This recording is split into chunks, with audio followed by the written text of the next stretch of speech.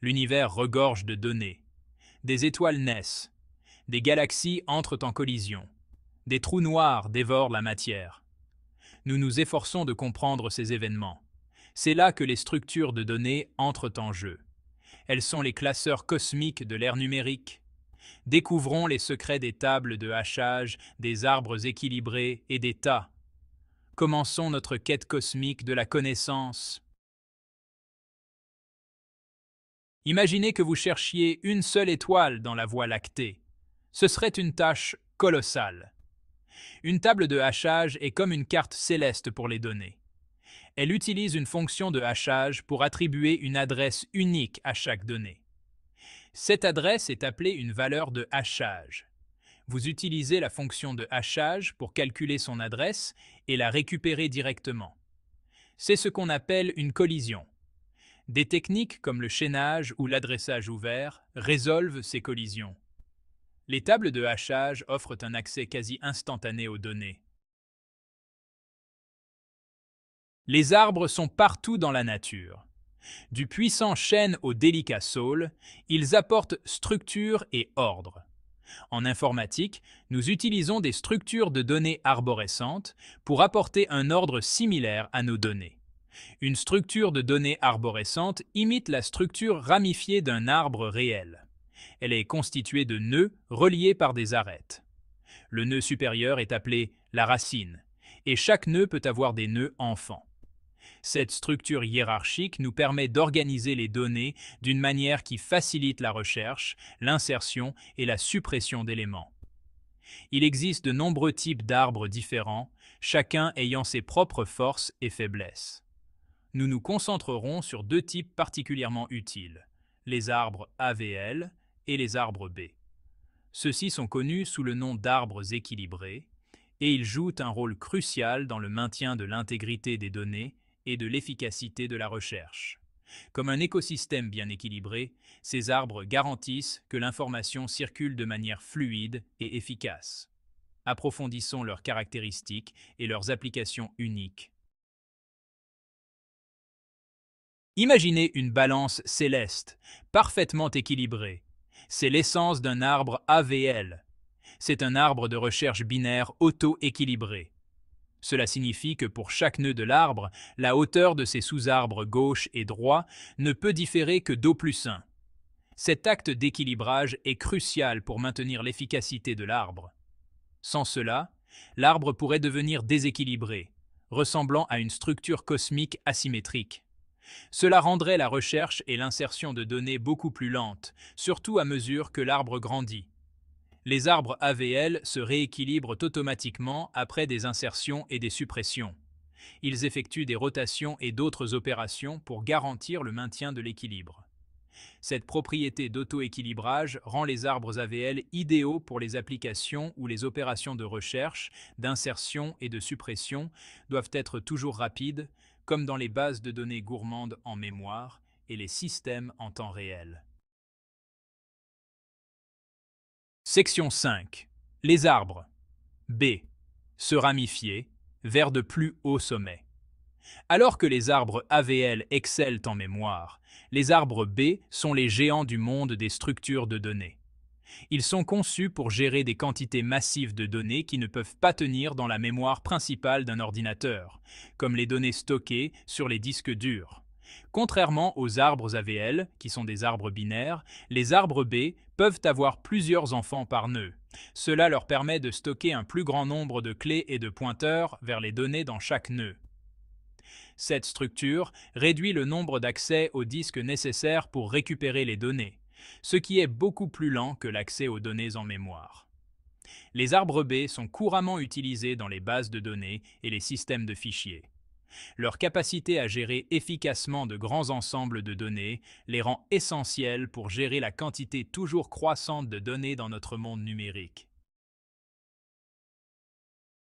Section 6. L'état. Organiser les événements cosmiques. Imaginez un télescope observant une série d'explosions de supernovas. Chaque explosion a une magnitude différente et se produit à un moment différent. Comment pourriez-vous suivre ces événements par ordre d'importance? C'est là que l'état entre en jeu. Un tas est une structure de données arborescente spécialisée qui satisfait la propriété du tas. La valeur de chaque nœud est toujours supérieure ou égale à dans un tamax ou inférieure ou égale à dans un taman les valeurs de ses enfants. Cette propriété nous permet de récupérer efficacement la valeur minimale ou maximale du tas en temps constant. Tout comme les astronomes donnent la priorité à l'observation des supernovas et les plus brillantes, les tas nous aident à hiérarchiser les données en fonction de leur valeur. Cela les rend inestimables pour des applications telles que les files d'attente prioritaires, les algorithmes de planification et la recherche du QIM plus grand ou plus petit élément d'un ensemble. Section 7. L'état binaire. L'histoire de deux frères. Le type de tas le plus courant est le tas binaire. Il s'agit d'un arbre binaire qui satisfait la propriété du tas. Il existe deux types de tas binaires, les tas min et les tas max. Dans un tas min, l'élément de valeur minimale se trouve toujours à la racine. Dans un tas max, l'élément de valeur maximale se trouve à la racine. Cela rend incroyablement efficace la recherche et l'extraction du plus petit ou du plus grand élément du tas. Les tas binaires sont largement utilisés dans des algorithmes tels que l'algorithme de Dijkstra pour le chemin le plus court et le tri par tas. Leur simplicité et leur efficacité en font une pierre angulaire de l'informatique. Section 8. Les tas de Fibonacci, spiralés vers l'efficacité. Les tas de Fibonacci sont un type de tas plus complexe qui offre des performances encore meilleures pour certaines opérations. Ils portent le nom de la suite de Fibonacci qui apparaît dans leur structure et leur analyse. Les tas de Fibonacci sont plus complexes à implémenter que les tas binaires, mais ils offrent une meilleure complexité temporelle amortie pour certaines opérations. Cela signifie que même si une seule opération peut être plus lente, une séquence d'opérations sera globalement plus rapide. Les tas de Fibonacci sont utilisés dans des algorithmes avancés comme l'algorithme de Prime pour trouver l'arbre couvrant minimal d'un graphe. Leur structure complexe et leur efficacité en font un sujet fascinant à explorer plus en profondeur. Section 9. Visualiser l'univers des données. Tout au long de notre voyage, nous avons utilisé des images et des animations pour visualiser ces structures de données complexes. Les visualisations sont cruciales pour comprendre le fonctionnement de ces structures et leurs avantages. En voyant comment les données sont organisées et manipulées au sein de ces structures, nous acquérons une intuition plus approfondie de leurs forces et de leurs faiblesses. Cela nous permet de choisir la bonne structure de données pour la tâche à accomplir, tout comme un astronome choisit le bon télescope pour observer un objet céleste particulier. Les visualisations nous aident à combler le fossé entre les concepts abstraits et les applications concrètes. Elles rendent le monde invisible des structures de données visibles et compréhensibles.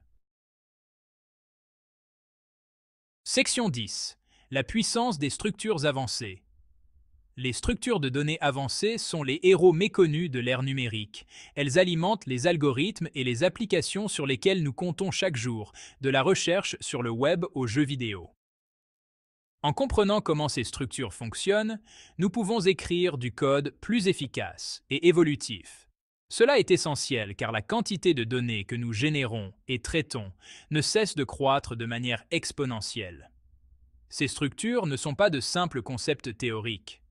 Ce sont des outils puissants qui peuvent être utilisés pour résoudre des problèmes du monde réel.